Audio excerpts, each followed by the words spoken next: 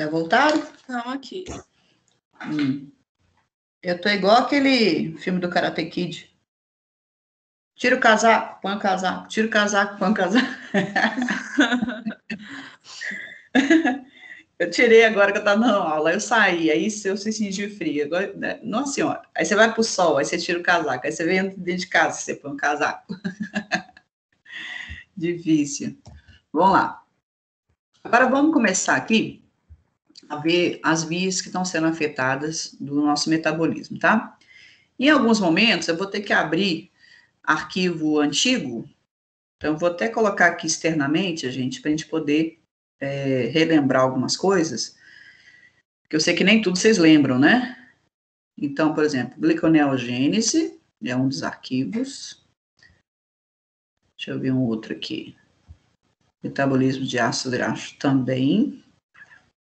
Prof, Diga. eu voltei aqui agora, eu tava tomando um café. O que você falou aí? O que eu falei? Sim. Não, é que eu estou Eu abrindo não aqui. ouvi. Nós vamos começar agora. Eu estou abrindo alguns arquivos antigos de aulas até do semestre passado, que nós vamos precisar rever algumas coisas aqui para vocês entenderem as consequências do álcool. Então, assim, a gente não lembra de tudo, então eu vou mostrar para vocês arquivo da gliconeogênese e da beta-oxidação que a gente viu esse semestre, para vocês lembrarem de algumas coisas. Mas não agora, vamos começar aqui, olha só. Então, ó, consequências. Vamos ver as consequências. Olha só. Primeiro, a partir do momento que o acetato, gente, ele dá origem a acetil-CoA, tá? Então, ele é metabolizado até acetil-CoA na mitocôndria. Então, quando você consome álcool, você produz, não só produz NADH durante a produção citosólica e mitocondrial, mas você também produz acetil-CoA a partir do acetato, né? Então, do próprio álcool, você vai ter essa produção. Esse acetil-CoA poderia entrar no ciclo de Krebs, poderia. O problema é que eu tenho excesso de NADH. Então, o NADH, como ele está em excesso, ele vai acabar inibindo algumas enzimas do ciclo de Krebs. Então, aquela isocitrato deshidrogenase, alfa-cetoglutarato deshidrogenase, elas são inibidas pelo NADH. Então, o ciclo de Krebs é inibido. Então, apesar de eu ter acetil-CoA disponível, eu acabo não conseguindo utilizar para a produção de ATP, tá? O NADH que eu estou produzindo já é o suficiente para produzir ATP, né? Eu não preciso desse ciclo de Krebs. E o problema é que esse acetil-CoA vai ficar em excesso, já que eu já tenho ATP porque eu estou produzindo NADH, mas o acetil-CoA não está sendo metabolizado, ele fica em excesso. Então, uma das opções é que na própria mitocôndria, uma das opções, tá, gente? Na própria mitocôndria, você pode formar corpos cetônicos. Então, é comum a gente ver, por exemplo, a pessoa que bebe, ela ter cetoacidose, né? Então, ela pode ter uma certa acidose no plasma, né, no sangue, em função desses corpos cetônicos, e esses corpos cetônicos são eliminados na urina. Então, às vezes, até confunde o diagnóstico, né? Por exemplo, você pega lá um exame de urina de pessoa que bebeu, e aí você detecta corpos cetônicos na urina. Então, quando você detecta corpos cetônicos, a primeira coisa que vem em mente é diabetes mellitus. Você fica assim, não, isso aí é diabetes, né? Tá com corpos cetônicos na urina? Ah, mas não tá com glicose na urina, mas tá com corpos cetônicos. Aí você pensa em diabetes, mas na verdade não. É porque você tem acetil-CoA ali sobrando na mitocôndria, você não está conseguindo metabolizar esse acetil-CoA, porque o ciclo de Krebs está inibido, e aí a célula acaba direcionando para a produção também de corpos cetônicos, tá? Bom, além disso, vamos ver uma outra coisa aqui, ó. Agora vamos voltar para um arquivo antigo, que é da beta-oxidação. Vamos voltar lá naquele arquivo. Deixa eu compartilhar com vocês aqui. Que esse aqui já foi, né? A gente já estudou isso aqui, esse semestre. Olha, deixa eu compartilhar com vocês aqui.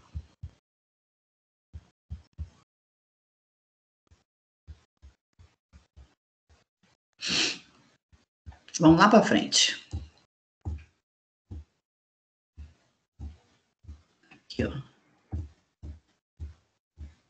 Aqui, nessa parte aqui. Olha só, que é da síntese de ácidos graxos. Vocês estão vendo aqui o seguinte.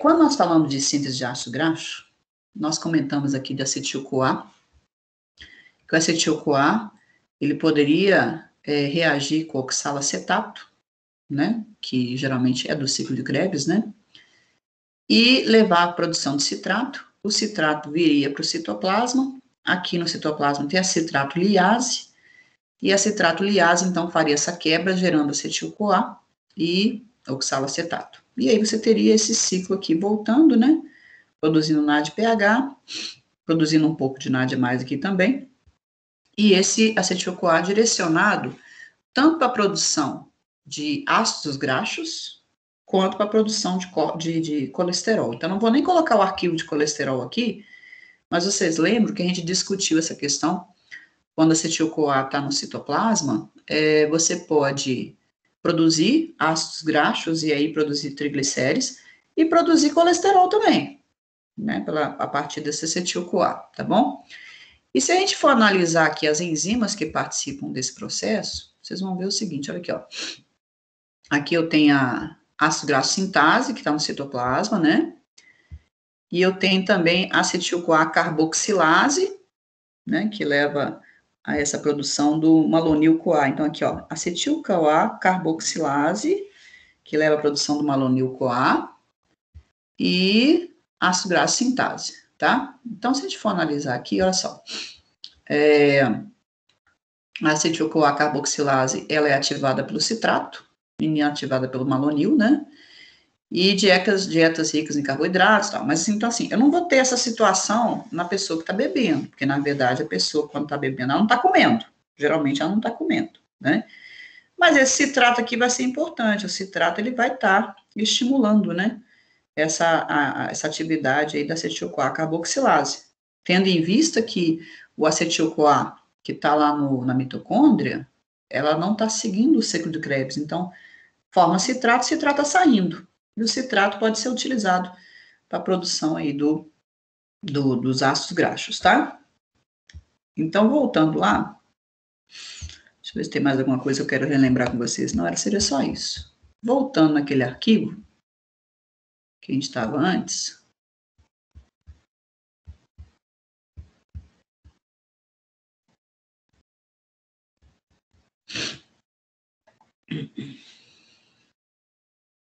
Bom, não é esse não, gente. Vai, viajei aqui.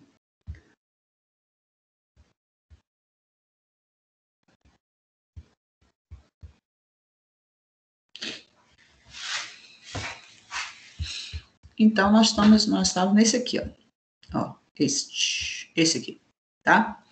Então, não era esse aqui não, era esse aqui. Não, era esse mesmo.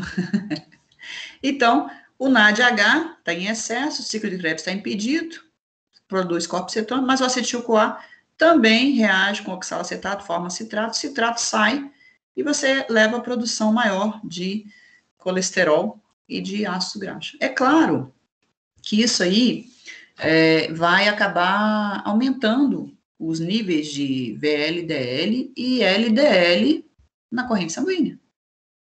Então, lembra que o fígado, quando ele tem essas gorduras, né, ácido graxo, colesterol, ele produz o VLDL, lança para a corrente sanguínea, aí o VLDL, ele pode se transformar em LDL, né, então, normalmente, o que a gente nota é que essas pessoas que consomem álcool, elas tendem a engordar, justamente porque essas gorduras são produzidas a partir do álcool, e dependendo da quantidade, claro, e aí você manda isso aí para o sangue, chegou no tecido adiposo, você acaba armazenando, né?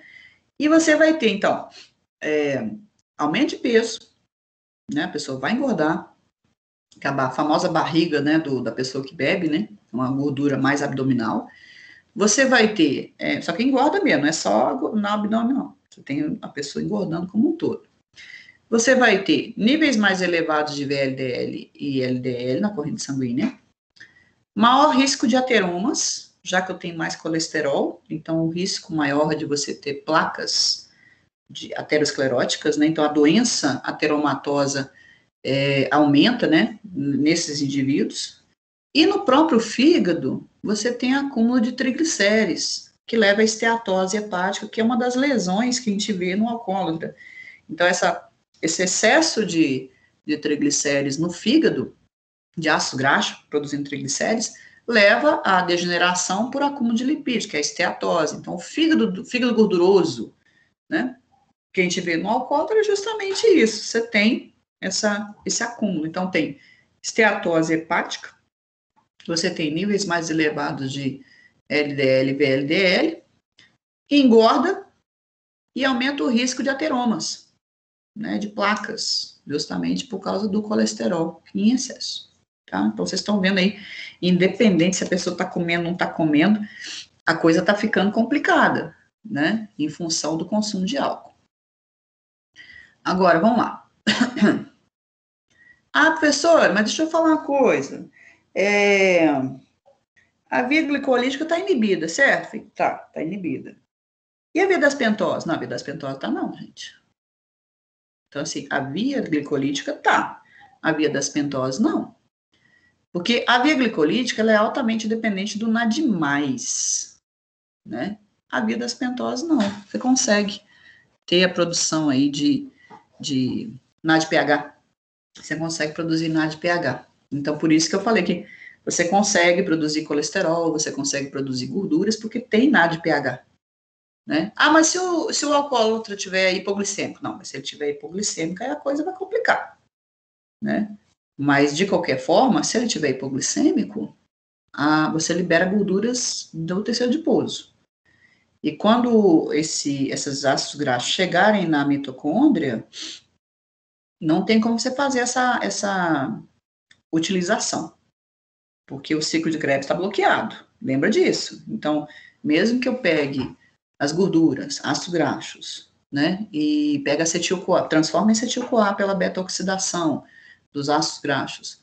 Esse acetil-CoA, ele não vai seguir pelo ciclo de Krebs. Então, na verdade, as gorduras que forem liberadas do tecido adiposo, ao chegarem ao fígado, vão causar esteatose hepática, tá? Então, mesmo que a pessoa esteja hipoglicêmica, a beta-oxidação vai gerar mais gorduras no fígado, mas você acaba não conseguindo usar isso aí como fonte energética, tá? Agora, e a hipoglicemia, professor? Todo mundo fala que a pessoa que bebe, ela tem um risco maior de desenvolver hipoglicemia. Como é que tá a gliconeogênese, tá? E outra coisa, como é que tá o ciclo de Cori, tá? Então, vamos primeiro para o ciclo de Cori, depois a gente vai discutir gliconeogênese, tá? Então, lembra o que é ciclo de Cori, gente? O que era o ciclo de Cori? O ciclo de Cori era quando a gente tinha lá no hepatócito uma transformação de ácido lático que... Em piruvato. Isso, em piruvato. Nossa Senhora. Eu estou relembrando vocês, ativando a sinapse de vocês. Então, olha só.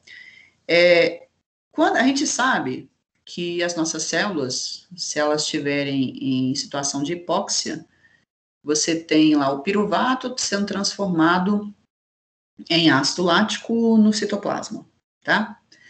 Nessa reação de piruvato para ácido lático, a gente viu que a fermentação lática, né, era importante para você repor NAD+, tá? Então, se você não conseguia repor pela mitocôndria, né, lançadeira, retirada dos elétrons para repor o NAD+, você tinha que usar a via de fermentação lática. E toda vez que estiver com pouco oxigênio, você usa a fermentação lática para repor o NAD+, e você continuar tendo a via glicolítica nas células. Agora, vamos pensar em hepatócito.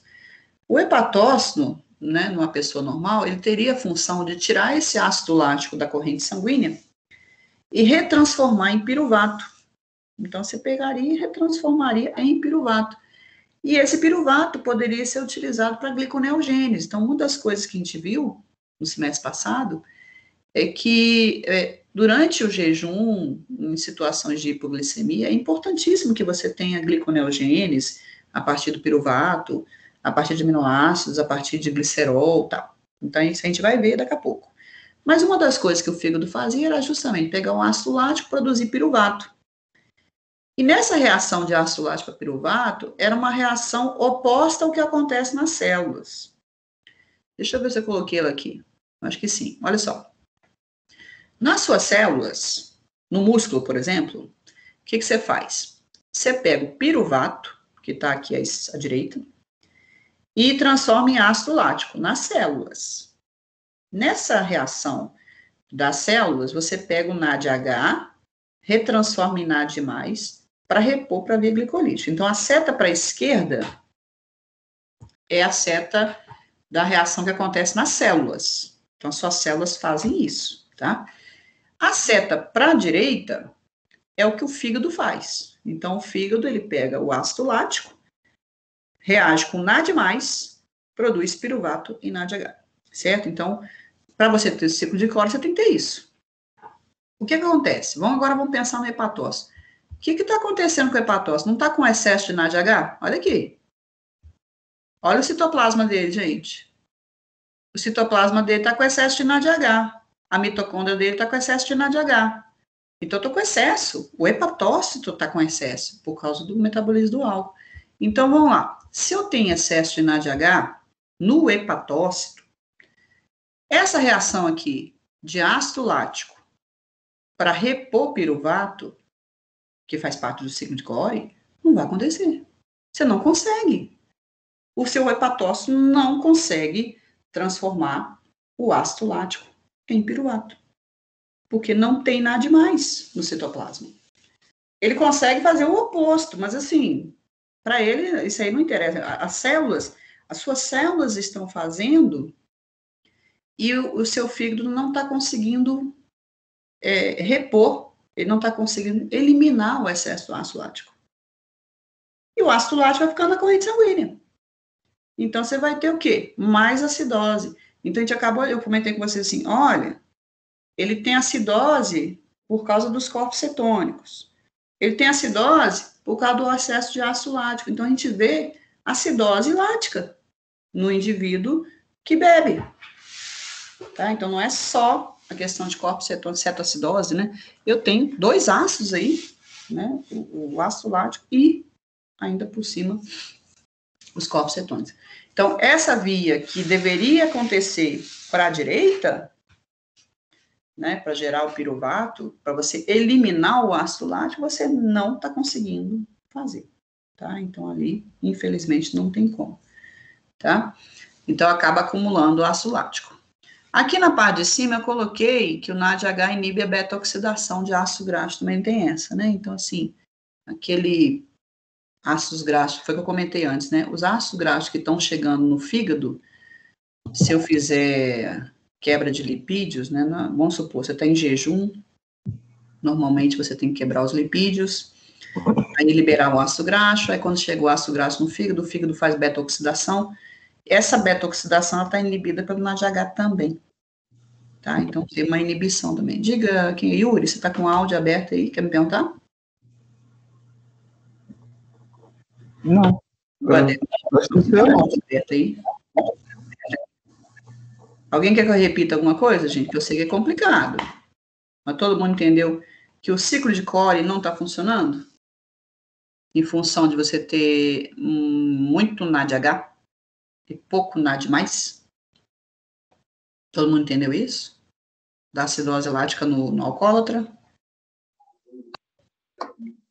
Eu acho que Foi, professor. eu entendi. Entendeu? Você acha ou tem certeza, Yuri? Quase. Bom, pelo que eu entendi, o excesso de NAD+, vai atrapalhar o ciclo de Cori. NADH. Isso, NADH vai atrapalhar o ciclo de Cori. Então, o lactato que está rodando no sangue não vai ser transformado em piruvato. Leva-se dose lática. É isso? Uhum. Porque vocês têm que lembrar o seguinte, o álcool está sendo metabolizado aonde? Hepatócito. Então, tudo está acontecendo no fígado.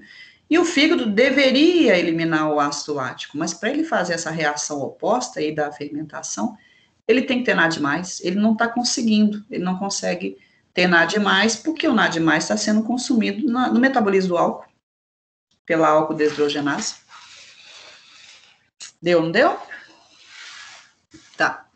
Agora vamos entender por que que a gliconeogênese também não está funcionando. Por que que o alcoólatra ele tem um risco grande de desenvolver hipoglicemia, tá? Porque, assim, se o alcoólatra não está bebendo, então ele deveria, ele vai ter uma hipoglicemia, o nível de insulina vai estar baixo, o glucagon vai estar aumentado, a adrenalina vai estar aumentada, ele deveria estar fazendo gliconeogênese para repor essa glicose na corrente sanguínea.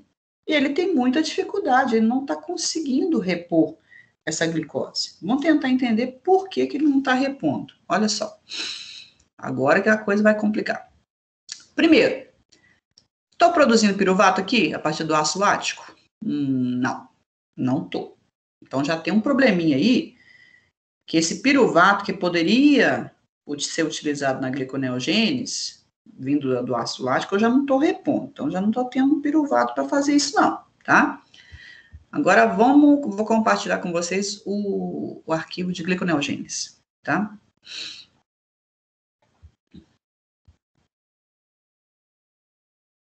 Vamos relembrar aqui os velhos tempos, mês passado, né? Sim. Deixa eu fazer uma perguntinha. O ciclo de Cori, ele é a seta da direita ou da esquerda? O ciclo de Cori é para a direita. A que vai para a direita. Isso. E aí, a que vai para a esquerda, ela é que ciclo? Ou não é um ciclo? Não. É o inverso? Não, peraí. É porque o ciclo é os dois juntos, né? Na verdade, o ciclo é assim. O que acontece no fígado e o que acontece nas células. Ah, entendi. O que acontece no fígado é para a direita. O que acontece nas células é para a esquerda. Tá, obrigada. Nada. Vamos lá. Compartilhando o outro arquivo agora. Relembrando os velhos tempos da gliconeogênese. Então, vamos lá. Aqui, ó. Vamos lá. Para você começar a produzir glicose, a partir do piruvato, por exemplo, vamos supor que você tem piruvato na mitocôndria, tá? Na mitocôndria. Então, esse piruvato que está lá na mitocôndria, vamos supor, foi derivado de aminoácidos. Lembra que a alanina dá origem a piruvato, né? Então, você está lá, você tem que produzir glicose de qualquer jeito, gente. Você está numa situação de hipoglicemia, o seu corpo vai tentar produzir glicose de qualquer maneira. A partir do glicerol, a partir do piruvato, a partir do aminoácidos. Então, o que você puder usar como substrato para a produção de glicose, você vai tentar. Vamos ver essa via aqui, ó. Essa via da piruvato carboxilase, tá? Olha aqui, ó. Peraí, deixa eu achar o arquivo. Aqui, ó. Essa via da piruvato carboxilase, ela é ativada pelo acetil-CoA. Então, assim, teoricamente, a enzima que começa a gliconeogênese, ela está sendo ativada. Lembra que o álcool produz acetil-CoA? Então, assim, esse acetil-CoA tem, que o álcool, o acetato do álcool, o acetato que veio do metabolismo do álcool, leva acetil-CoA. Então, o acetil-CoA, ele pode até ativar essa enzima aqui, ó, que transforma o piruvato em oxalacetato, para você iniciar aqui, ó, olha só, iniciar aqui. Tá, de oxalacetato para malato, também, eu também consigo, porque eu tenho NADH, ó, então, oxalacetato para malato, eu tenho NADH na mitocôndria, então eu também consigo produzir malato, e aqui tá tudo bem. E o malato sai, beleza, então eu posso ter malato lá no citoplasma da célula. O problema vem a seguir, olha aqui. Quando o malato está no citoplasma, você tem que retransformar ele em oxalacetato para entrar na gliconeogênese. E olha o que eu preciso para transformar. Nada demais. E eu não tenho nada demais no citoplasma. Porque o álcool está consumindo, o metabolismo do álcool está consumindo. E aí, agora vocês têm que fazer um raciocínio da seguinte forma, ó. Imagina uma estrada e os carros fluindo nessa estrada, tá? Aí imagina que lá na frente teve uma batida de carro. Se tiver uma batida de carro lá na frente, concorda que congestiona tudo para trás? Então a coisa não vai andar, os carros vão parar de andar, certo? Então, olha só, mesmo que o malato saia, não tem prosseguimento aqui. Você não consegue produzir oxalacetato. Então, o carro já bateu. A batida foi aqui. Se você não consegue transformar, o malato aqui que saiu está em excesso. Ou seja, vai congestionar aqui para trás, ó. Ele vai parar de sair. Esse excesso de malato vai impedir essa reação do oxalacetato em malato. E o oxalacetato em piruvato. Então, é como se fosse um grande congestionamento. A coisa não vai para frente. Então, por mais que você fale assim, ah, não, mas aqui, ó, piruvato para oxalacetato vai dar. Vai dar porque acetil-CoA está em excesso, estimula a enzima. Beleza. Aí você produziu o oxalacetato aqui. Beleza. De oxalacetato para malato também dá. Tem NADH sobrando? Ah, então tá, eu consigo fazer malato também. Aí o malato sai. Só que o problema é na hora que ele sai aqui, ó. Aqui, ó. Não consigo. Não tem jeito.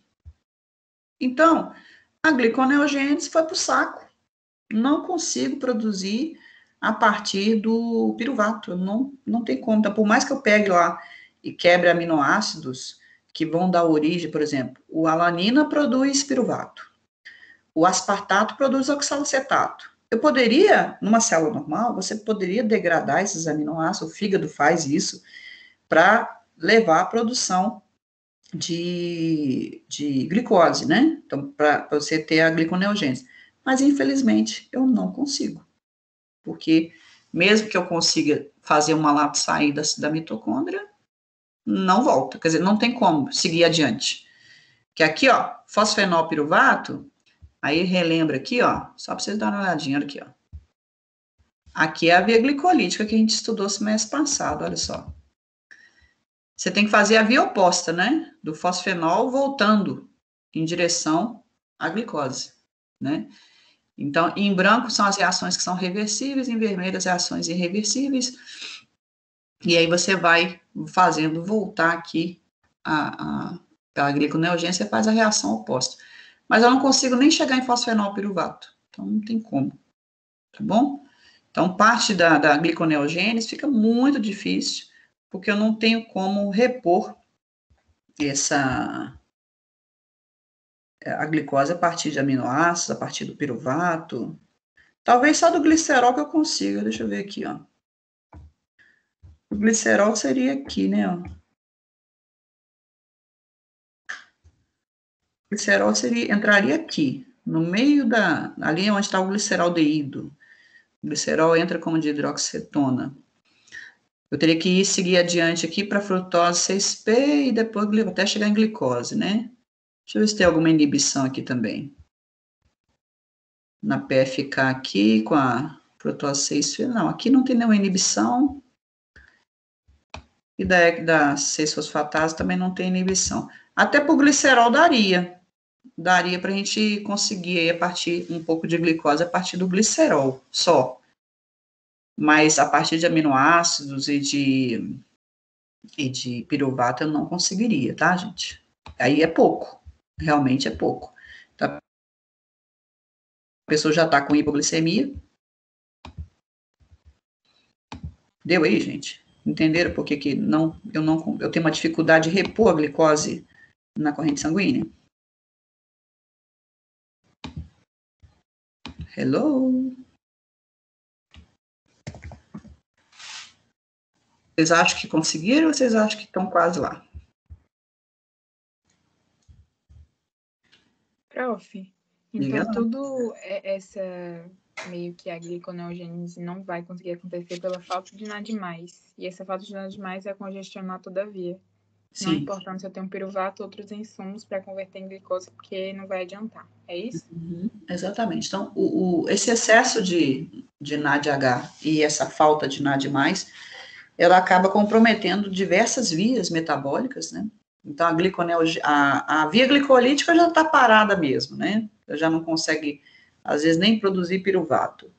E a gliconeogênese, mesmo que você quebre aminoácidos, mesmo que você tenha acetil-CoA de outras fontes, eu não consigo produzir glicose a partir do piruvato, né? Dessa via que sairia né, do acetil-CoA, oxalacetato, malato saindo e o malato entrando aí na gliconeogênese, eu não consigo. Quer dizer, eu consigo produzir gordura. Então, se você olhar aqui para trás, olha só, esse acetil-CoA aqui, eu não estou conseguindo usar ele aí para repor oxalacetato, para poder transformar entrar na gliconeogênese. Mas, assim, produzir gordura eu consigo, infelizmente. Então, a esteatose hepática é a realidade desse indivíduo. E a hipoglicemia também, porque ele tem uma dificuldade de repor a glicose na corrente sanguínea. Então, é muito comum ele ter. Então, ó, olha o que a gente já falou até agora. Corpos cetônicos, então vai ter mais corpos cetônicos na corrente sanguínea, podendo levar uma acidose e eliminação na urina. Esteatose hepática, então acúmulo de gorduras no hepatócito, levando a esteatose hepática. Acúmulo de gorduras no sangue, VLDL, LDL, então risco de engordar, risco de você ter placas, né, ateromas. Hipoglicemia, então no estado de jejum ele tem uma grande dificuldade de repor essa glicose, tá? Acidose lática, porque o ciclo de Cori também está alterado no hepatócito, então ele acaba tendo acidose também pelo ácido lático. Então são muitas alterações, né, até agora. Vamos lá. E agora, vamos falar da P450. Então, olha aqui, ó. Quando você fala de... Lembra que eu falei com vocês que quando você consome bebida em excesso, a P450 entra em ação. E é justamente a CYP2E1, é a enzima da P450 que metaboliza o álcool, a principal enzima que metaboliza o álcool. E conforme a pessoa vai bebendo, você vai produzindo mais enzimas. Então, a pessoa ela acaba desenvolvendo retículo endoplasmático e também aumentando a capacidade de metabolismo hepático, tá? Então, olha só, o consumo crônico, então, vai induzir as enzimas P450, então, a pessoa vai ter um metabolismo acelerado do próprio álcool, então, essa CYP2E1 também vai ser induzida. O aumento do metabolismo dos fármacos, e aí com isso você pode perder efeitos de vários medicamentos, tá? A redução da atividade da glutationa, que é uma coisa que a gente discutiu há mais tempo, que o NADPH, se ele faltar, né, se tiver uma falta do NADPH em algum momento, você pode ter uma redução da atividade da glutationa, que a glutationa é importante para reduzir a atividade das espécies reativas, né? Você faz a neutralização do peróxido de hidrogênio, tá? Então, assim, claro que eu falei com vocês o seguinte, há um tempo atrás, aí eu falei assim, olha, pode ser que a NADPH, a via das pentoses não esteja inibida, se tiver glicose.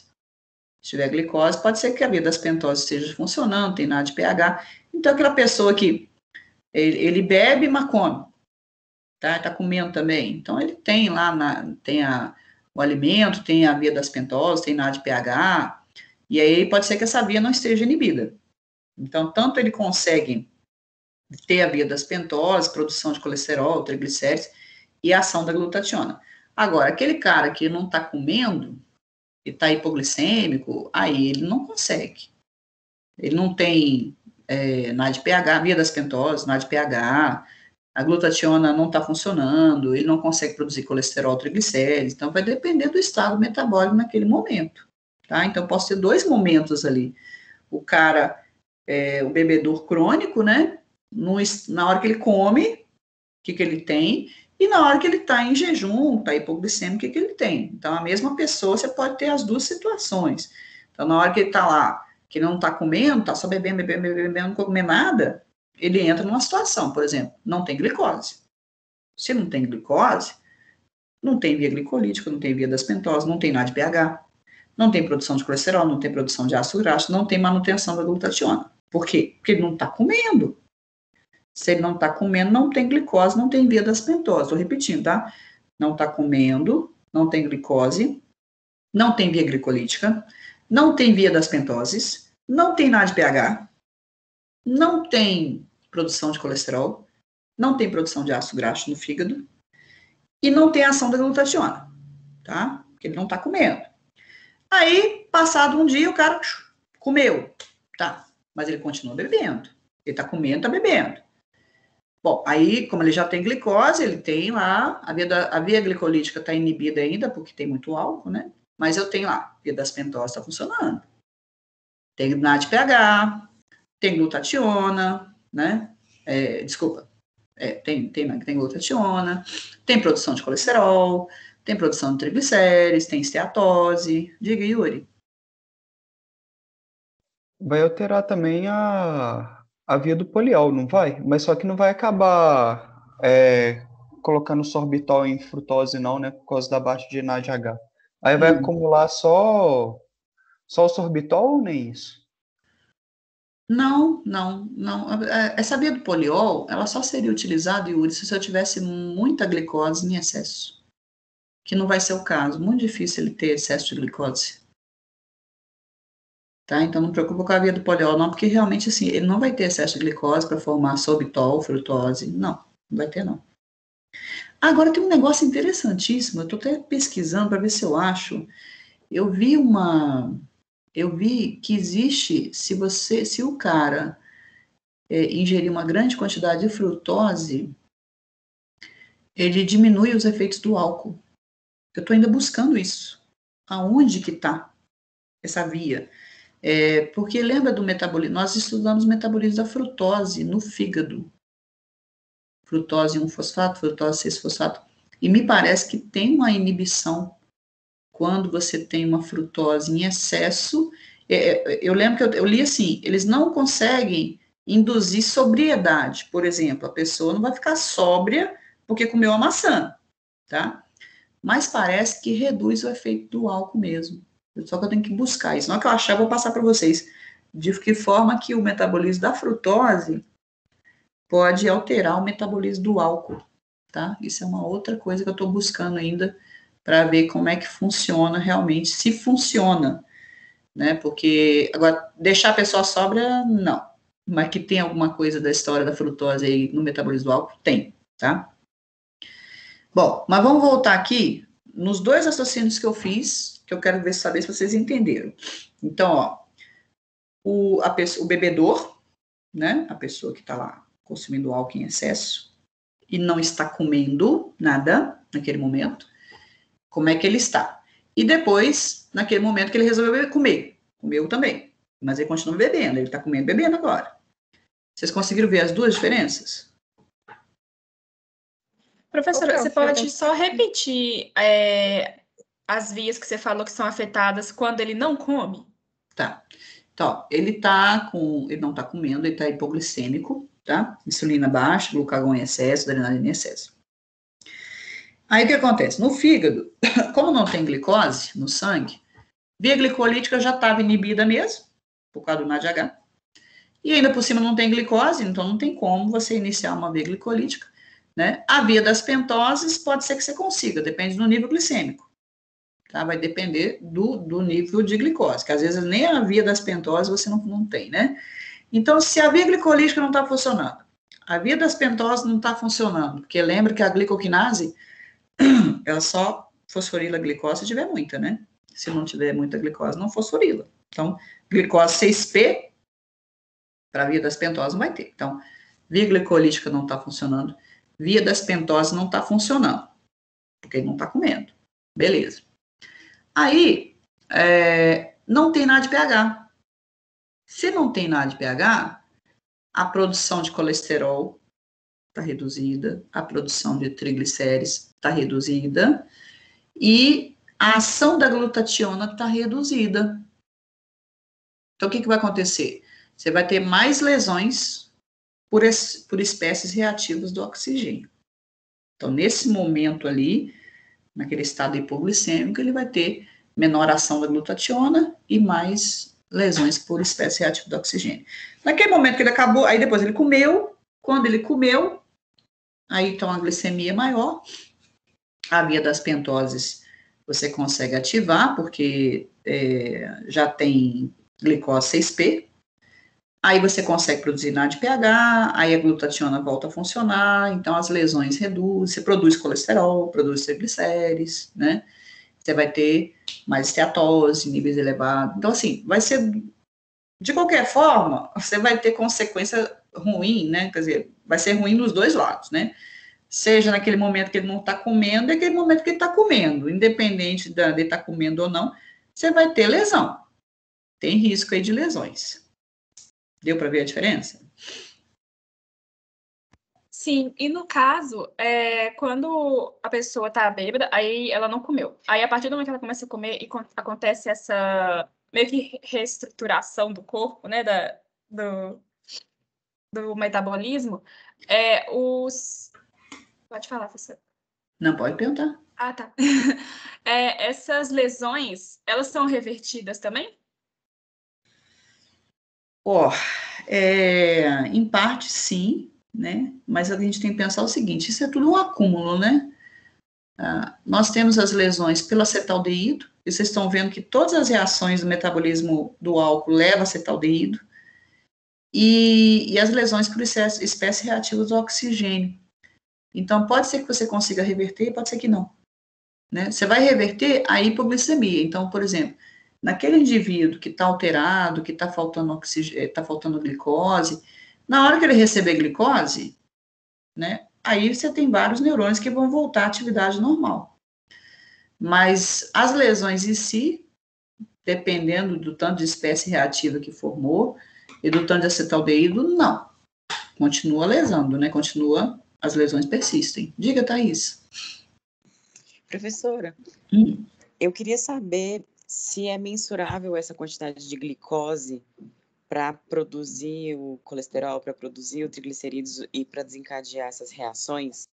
Tipo, tem uma quantidade mínima para que isso seja desencadeado? Não, Thaís, agora você me apertou, se me abraçar. Eu nunca vi se tem uma. Você fala, tipo assim, qual que seria o nível de glicose no sangue para você ter essa produção de triglicérides e colesterol? É, como se fosse isso. Porque, na verdade, a gente tem que pensar assim, cada célula tem um metabolismo, né? E quando você tem que pensar, se você tiver muita glicose no sangue, aí você vai ter, vamos pensar na pessoa que não bebe, né? Você está pensando no que bebe? Um que bebe, por exemplo, ele está ali sem a glicose, né? Aí vai fazer a ingestão da glicose. O quanto seria necessário para desencadear isso, sabe? Tipo, a pessoa vai comer pouco, vai ser só o suficiente ali para ela suprir as demandas energéticas e tal. Não tem como. Sabe por que o que acontece? Porque você está pensando no risco de esteatose em função disso, ou no risco de lesões, né? Risco de lesão, síntese, né, de triglicerídeos e colesterol. Mas aí lembra uma coisa, Thaís, mesmo que você não consiga produzir no fígado, então vamos supor, eu não tenho NADPH, não consigo produzir colesterol e triglicérides no fígado, e com isso eu não vou ter esteatose, não vou ter níveis elevados de triglicérides no sangue e tal. Mas aí, vamos relembrar uma outra coisa, Thaís. Naquela situação de hipoglicemia, lembra que quem é que está liberando ácido graxo na corrente sanguínea? Tecido adiposo. Então, na situação de jejum, você tem ácido graxo chegando no fígado. E glicerol também, né? Ácido graxo e glicerol chegando no fígado, sendo liberado pelo tecido adiposo. E esse ácido graxo que chega no fígado, lá no hepatócito, olha aqui, ó, ele não é oxidado. Então, ele permanece no citoplasma, o que leva à produção de triglicéridos no próprio fígado. Então, a esteatose hepática que a gente vê no indivíduo alcoólatra não é só aquela gordura que você produziu no próprio fígado, que em função ali do metabolismo, de NADPH, não é só isso. É que esse ácido graxo que está vindo do tecido adiposo, quando você está em jejum, quando ele chega ao fígado, ele deveria ser metabolizado até acetil-CoA, deveria. Só que ele não é metabolizado. Então, esse ácido graxo, ele nem entra na mitocôndria. E aí você acaba tendo esses ácidos graxos no citoplasma da célula sendo utilizado para a produção de triglicérides. Então, a esteatose, ela também vem em função dessa hipoglicemia, com os ácidos graxos que estão vindo do tecido adiposo, que estão entrando no fígado, e não conseguem ser metabolizados. Por isso que, assim, é difícil a gente falar assim, se eu não consumir muita glicose, vou consumir só um pouquinho para aumentar minha demanda energética, para não ter essa produção de colesterol, não ter a produção de triglicéridos, aí não ter esteatose hepática, mas a esteatose não é só por causa disso, a esteatose vem em função também dos ácidos graxos que estão vindo do tecido adiposo. Sim, é porque eu tinha pensado essa dúvida, na verdade, antes de entrar no metabolismo do álcool. Eu tinha pensado quando estava na síntese do colesterol, tipo, o quanto, né? Será que dá para mensurar isso? Eu não sei. Provavelmente, Thaís, deve ter um jeito. Uhum. Provavelmente alguém já pensou nisso, principalmente na área de atividade física, alguém já pensou, alguém já deve ter dosado, qual que é a quantidade, quanto que você teria que ter de glicose no fígado para pensar em não produzir gorduras, né? Sim. Tipo, você ter a glicose no sangue, que seria usada só para o metabolismo hepático, sem levar à produção de triglicéridos. Com certeza, alguém já deve ter feito alguma pesquisa, algum levantamento, alguma dosagem. Uhum. Mas não esqueça o seguinte, que isso aí vai depender do metabolismo de cada pessoa, né? Do metabolismo hepático de cada um, que é variável, né? Uhum. Entendi. Bárbara, você me perguntou, você queria perguntar alguma coisa também? Ô, prof, quando você fala dessa questão da perda dos efeitos dos fármacos, vai ser todo o fármaco que vai ser, que pode perder o seu efeito, ou tem alguns que não vão sofrer esse efeito do metabolismo? Não, aí vai depender de como é que é feito o metabolismo dos fármacos. Então, eu te falo o seguinte, cada fármaco, ele pode ser metabolizado ou não, né? Então, assim, dos fármacos que nós consumimos no nosso dia a dia, no geral, você tem aí de 80% a 90% desses fármacos são metabolizados no fígado, e o restante, às vezes, é eliminado sem metabolismo algum. Então, por exemplo, fármacos que são muito hidrossolúveis, simplesmente você toma, faz efeito e elimina. Você nem tem metabolismo hepático.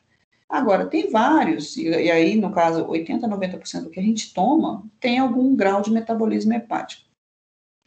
E desse metabolismo, né, normalmente, todos são metabolizados pela P450. Só que cada um por uma enzima. Então, vamos supor, o contraceptivo oral, ele é mais metabolizado pela CYP3A4, que é um tipo. O antidepressivo fluoxetina é mais pela CYP2D6. Os anticonvulsivantes, antiepiléticos, é CYP3A4. O álcool é 2E1. Então, assim, quando o álcool induz as enzimas, ele não induz todas ao mesmo tempo e todas no mesmo percentual. Então, tem enzimas que vão ter uma atividade maior, outras uma atividade menor, né? Então, assim, você não tem indução de tudo. Então, pode ser que alguns fármacos realmente sofram uma alteração grande pelo metabolismo hepático e outros não.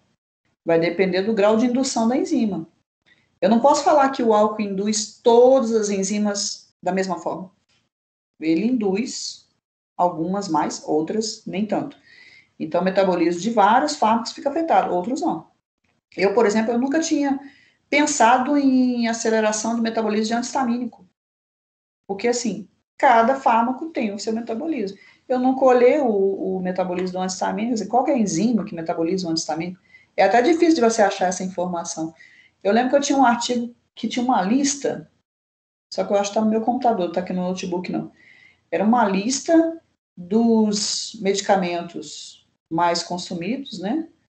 E qual enzima que era metabolizada, que metabolizava o fármaco, e quais enzimas podiam ser induzidas, por quais substâncias.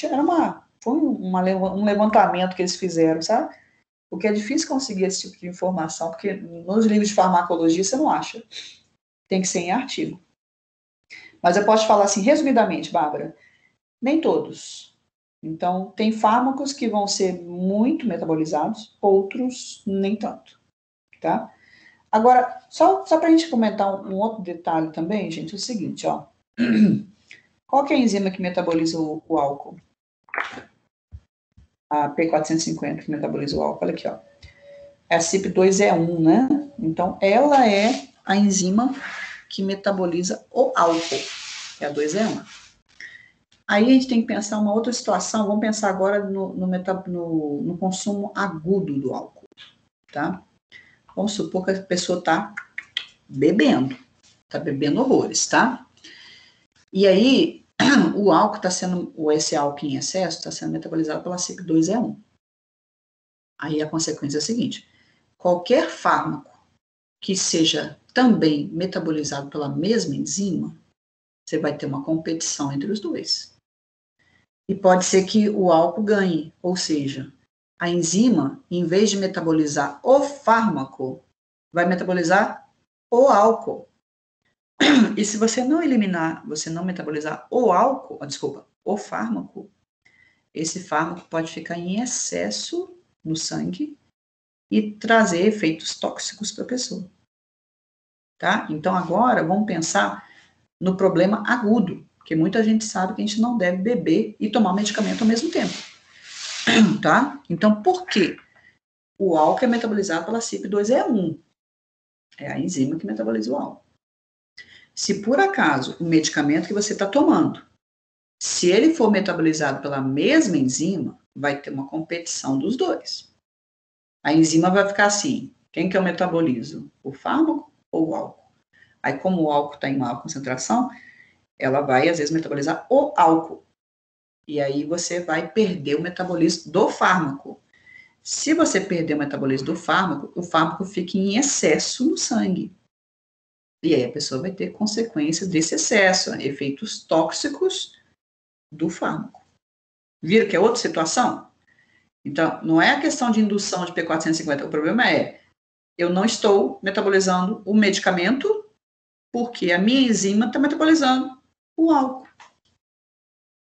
Então, eu já vi um caso uma vez, eu não sei se a dipirona, ela é metabolizada pela CYP2E1, eu nunca achei essa informação, mas eu lembro de um caso uma vez, eu era estudante ainda, e aí uma colega lá da República, ela estava bebendo já, muito, já lembra que eu morei em Ouro Preto, né, gente? Então, o povo em Ouro Preto quase não bebe, né? Aí ela estava bebendo horrores. E aí, ela foi e tomou a dipirona. Nossa, mas ela passou um mal. Eu não esqueço da história. Nossa, ela passou mal demais. Só que eu não sei, assim, se a dipirona realmente, se for uma questão de pressão baixa, por exemplo, às vezes, se a dipirona não foi metabolizada, em função de ser metabolizada pela CYP2E1, ela em excesso, ela poderia causar uma queda de pH, né? Então, eu não sei o que aconteceu. Eu sei que essa mistura aí da dipirona com o álcool foi bem dramática para essa menina. Passou mal demais.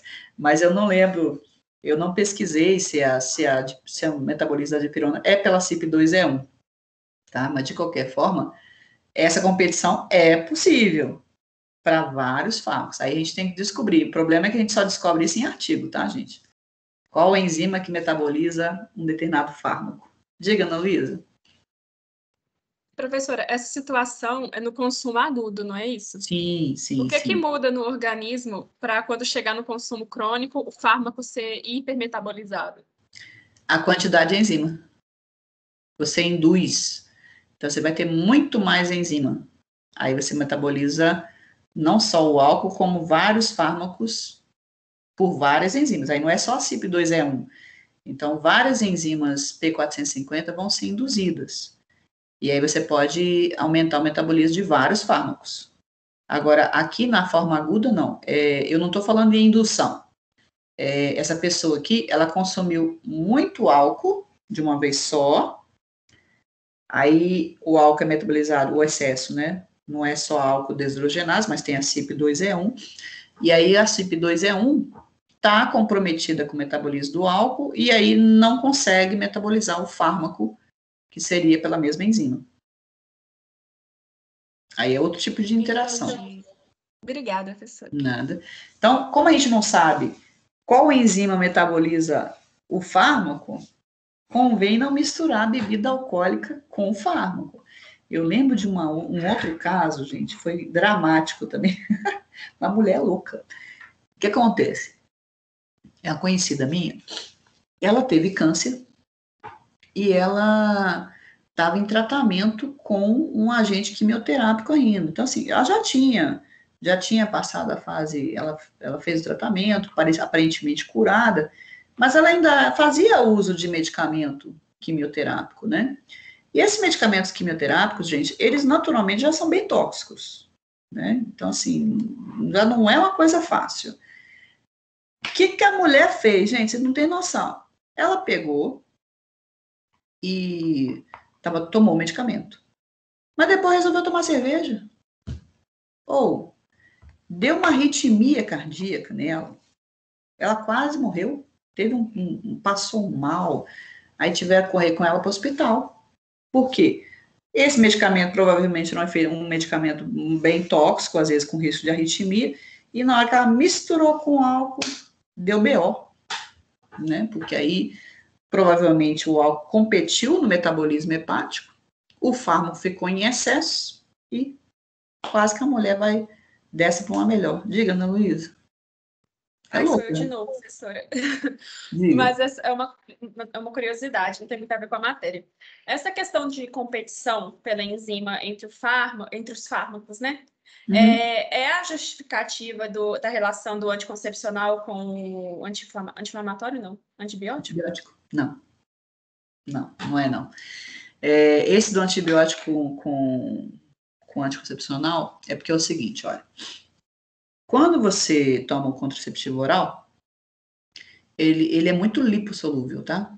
Então, assim, ele sofre metabolismo hepático, mas existe um metabolismo pelas bactérias intestinais. Então, por exemplo, olha o trajeto do contraceptivo para ele manter lá, vamos supor, para ele ter a eficácia aí de 22, 24 horas, né?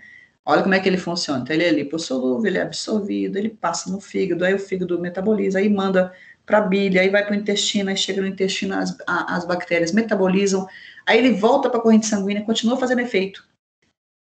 Entendeu? E continua circulando. Então, como ele é muito lipossolúvel, ele, apesar de você ter um metabolismo inicial no fígado, e metabolismo pelas bactérias intestinais, ele continua circulando e continua fazendo efeito.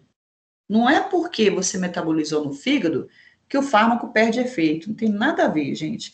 Vocês terem uma ideia, tem medicamento que ele só funciona depois que ele sofre metabolismo hepático. Tá? Então, o metabolismo hepático, ele serve também para ativar medicamentos, ou ele modifica a estrutura do fármaco, do medicamento, mas o medicamento continua atuando. Então, não quer dizer que vai perder efeito sempre. A gente vê vários casos assim, ó. Vou dar outro exemplo para vocês. Paracetamol, Tilenol. O paracetamol, ele se torna tóxico ao fígado depois que ele é metabolizado pelo fígado. Então, assim, quando você toma o paracetamol, ele não é tóxico. Mas na hora que o fígado metaboliza, vira uma substância tóxica. Entendeu? Outro, dipirona. A dipirona é metabolizada pelo fígado, mas mesmo depois que ela sofre o primeiro metabolismo hepático, o metabólito continua funcionando. E aí ele volta para o sangue, continua atuando. A gente vê isso com antidepressivo, com calmantes, né, que você toma, tem um metabolismo, forma um composto e o composto continua funcionando. Né? Tem um exemplo muito interessante, fluoxetina. Todo mundo já ouviu falar da fluoxetina, né?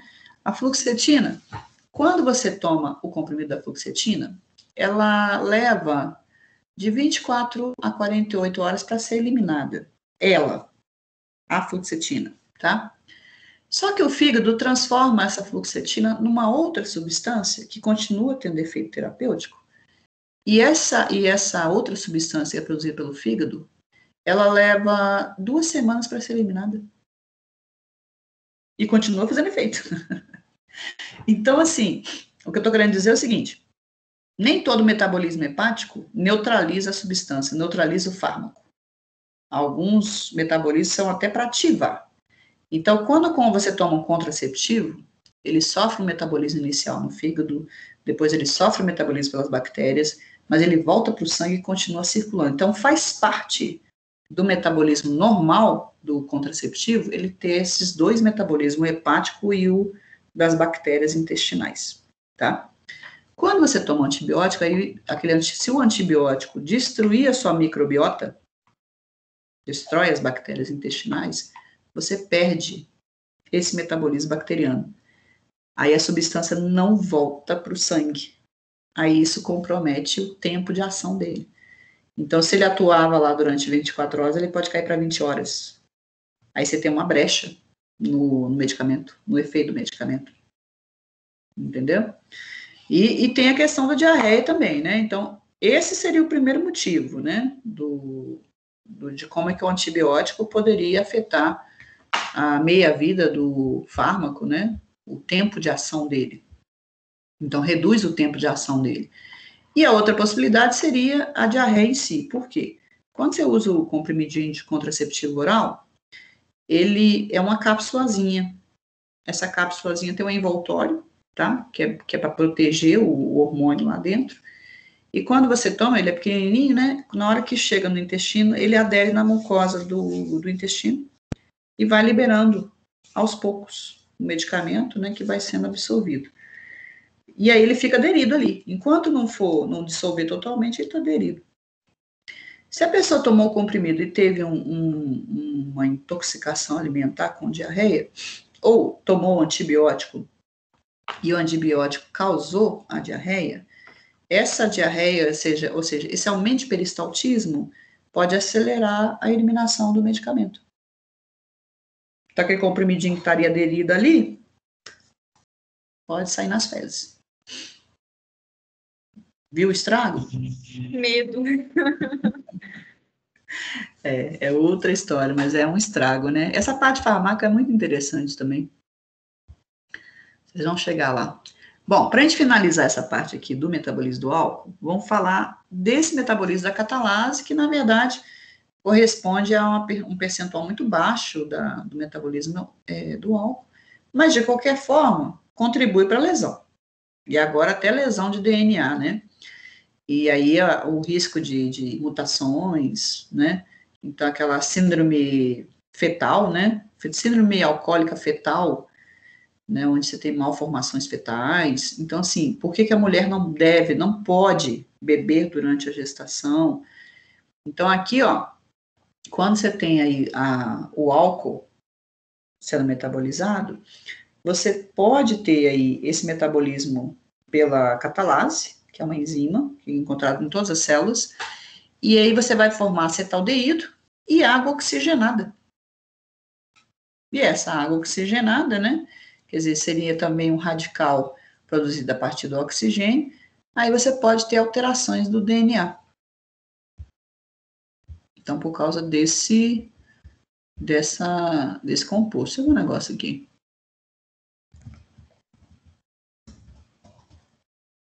Um minuto.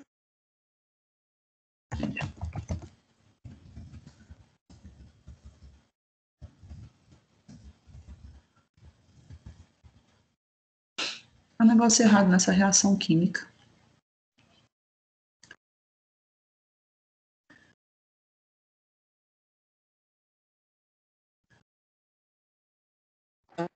O H2O2 já não é água oxigenada. Eu acabei de falar. Por isso que eu tô vendo que tá errado esse negócio que eu desenhei. Já tá do lado errado. Deixa eu ver se eu acho aqui a reação na internet. Produção de peróxido de hidrogênio, que é deixa eu ver aqui. Deixa eu ver se tem uma imagem.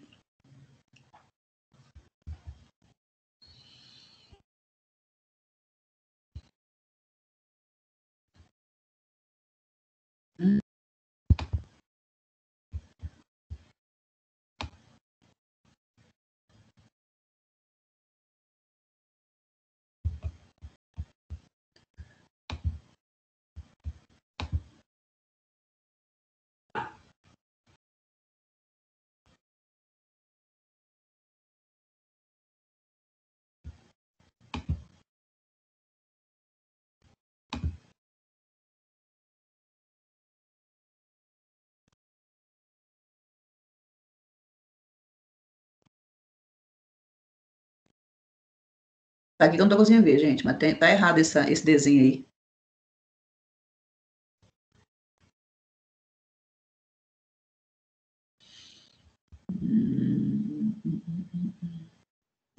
Forma só água, professora? Eu acho que forma é água, né? Peraí. É. Eu não tô achando aqui a reação que tá errada. Catalase é oxigênio com água forma peróxido. Então, tá errado é do lado de lá. Aqui, ó. Aqui não é H2O2, deve ser só água. E aqui do lado de cá, que é o H2O2. Entendeu? Então, troquem aí. Tira esse H2O2 e coloca H2O. E pelo que eu tô vendo aqui da Ô, professora, mas eu acho que é o contrário, né? Não. O quê? Não, É porque eu vi uma imagem na internet.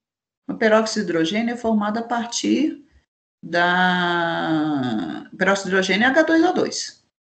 Não, é porque eu vou te mandar a imagem no chat. Manda no chat aqui. Que a reação não está condizente com o que eu estou falando e com o que tem na internet, né? Na internet não, na literatura. Mandou? No chat? Estou abrindo aqui no celular. Tá. Espécie reativa do oxigênio, exercício físico. Não, não é isso que eu quero, não. Catalase. Água com oxigênio. O problema é achar essa reação do álcool, né? Olha aí, é a parte de cima, olha, do etanol. Não consigo abrir aqui. Não, não tá abrindo para mim, não. Não sei o que houve. Alguém conseguiu abrir aí?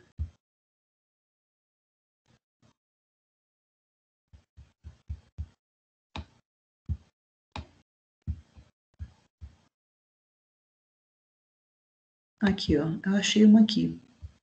A parte de cima aqui, essa reação. Deixa eu ver se é essa aqui. Deixa eu ampliar ela. Eu não tô conseguindo enviar mesmo, não sei por quê. Mas eu achei uma aqui. Nos peroxissomos... É uma com a seta marrom? Não. É aqui, ó. Nos peroxissomos, o etanol é convertido pela catalase em acetaldeído. Durante essa reação, o peróxido de hidrogênio forma... Uai, tá formando água ali.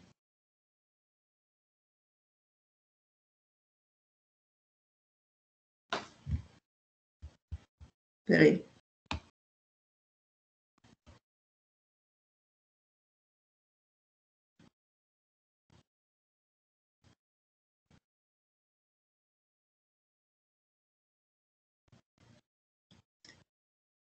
Só achar aqui a reação da catalase.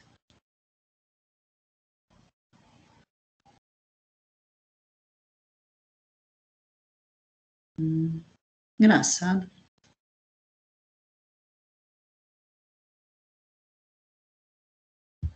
Pô, achei um negócio interessante aqui, gente.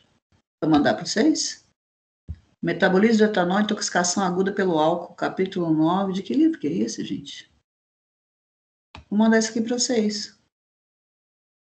Vou baixar aqui.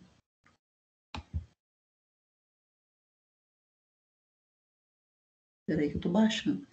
Quando a gente acha esses negócios aqui, a gente tem que salvar. Que eu vou mandar para vocês. Bom, anotem aí. Não anotem a reação química, eu não achei aqui. Mas anotem essa questão aí da produção de radicais livres, né? Que é um aumento na produção. Mas realmente a enzima catalase aqui, pelo que eu estou vendo, é o contrário. O peróxido transformando em água pela catalase. E o etanol em acetaldeído.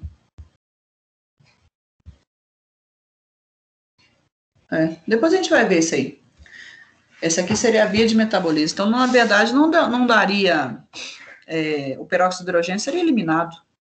Deixa a gente resolver isso aqui mais na próxima aula, para ver onde que foi que eu li esse trem aqui da acetona, né? Da acetona não, da água oxigenada e das lesões do DNA. Tá bom? Vou mandar esse arquivo aqui para vocês, gente, da intoxicação aguda pelo álcool, que dá uma revisão boa do que eu acabei de falar. Tudo que eu falei aqui, do metabolismo, tem aqui. Muito interessante. Só não estou achando qual que é o livro. Biomoléculas e metabolismo celular. Não tem um ano. Tá bom? Ok. A sua imagem não chegou, Ana Luísa, mas deve ser a mesma que eu achei aqui. Então, essa reação aqui tem algum erro, tá, gente? Depois eu vou encontrar aonde que está falando isso aí da forma correta, por que dos radicais livres e da lesão de DNA. Porque aqui realmente não faz sentido, aqui o peróxido de hidrogênio está do lado de cá e está do lado de cá, o oxigenado é a mesma coisa. Tá? Depois a gente resolve essa última questão aqui da catalase e do peróxido de hidrogênio. Tá? São 9h47, a gente ainda tem um tempinho, tá? Para a gente finalizar. Eu vou passar o artigo para vocês agora, que eu já até baixei aqui. Eu gostaria, gente, de fazer mais um intervalozinho, que eu tô morrendo de fome. Vocês importam? E a gente entrar em outro assunto? Mas aí a matéria da prova da semana que vem vai até essa parte? Uhum. Ok. Pera, prof, a matéria para em metabolismo de álcool? Sim. Beleza. Então, mesmo com esse errinho na reação aqui, eu vou achar e passo para vocês. E eu tô mandando aqui um texto sobre metabolismo do álcool. Essa parte que a gente vai ver agora, depois do intervalo, vamos ver. Pode ser que caia também, não é tão difícil, mas, ó, o que a gente teria para a próxima prova? Seriam o quê? Sais biliares? Caiu os sais biliares na outra prova, gente? Não, prof. Não, né? Então, seria... Tem aquela questão do colesterol também. Produção de colesterol, sais biliares, fosfolipídios e metabolismo do álcool. Tá. Então, tá bom. Não, tá bom, sim. Né, professora? Tá bom, assim. Vai ficar faltando só tirar essa dúvida dessa questão da catalase, tá? Que aí eu vou tirar dúvida com você, vou mandar para vocês o que é antes da prova, porque eu não vou achar correndo aqui agora, eu detesto ficar fazendo trem correndo aqui. Mas eu vou mandar esse artigo que eu achei, esse negócio aqui da intoxicação aguda pelo álcool, eu achei muito interessante. Vou mandar para vocês no Canvas, vou ver se eu mando agora, para não esquecer, porque depois eu acabo esquecendo. Muito legal esse aqui. Hoje eu ainda vou achar esse trem do álcool aí.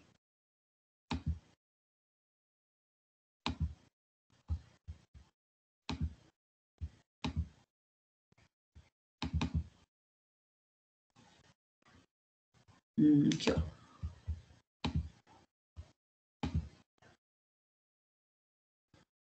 Gente, coloquei lá, tá? Para vocês. Olha que interessante lá no Canvas. Depois vocês baixem aí. Intoxicação aguda pelo álcool, capítulo 9. De um livro aí. Não sei que livro é esse que eu consegui achar aqui. Mas eu achei muito interessante. Ele tá falando das coisas que eu comentei com vocês. Tá bom? Ainda fala aqui, olha só, gente, o caso clínico do capítulo do livro. Um jovem calouro do primeiro ano de medicina que se alimentava apenas com café da manhã foi uma festa noturna comemorativa. Tudo a ver, né? Na sua entrada à universidade, lá ingeriu grande quantidade de bebida alcoólica e acabou sendo levado semi-inconsciente pelos seus colegas ao setor de emergência de um hospital. O médico atendeu, ouviu a história da festa, contada por um dos seus colegas, e certificou-se que o paciente estava desfalecido, com temperatura corporal de 35,8, apresentava hálito alcoólico, tinha respiração profunda, barulhenta, coletou, então, legal, gente. Tá? Então, depois vocês peguem aqui, muito interessante. Tinha que ser aluno de medicina, gente? Ninguém merece, gente. Tinha que colocar um caso clínico de aluno de medicina. Brincadeira, tá, gente? Aqui, ó, vamos pro intervalo e a gente volta com com outro assunto aqui, tá? Pelo menos uns 20 minutinhos aí de aula. Já voltamos. Eu preciso comer alguma coisa que eu não estou dando conta. Com muita fome.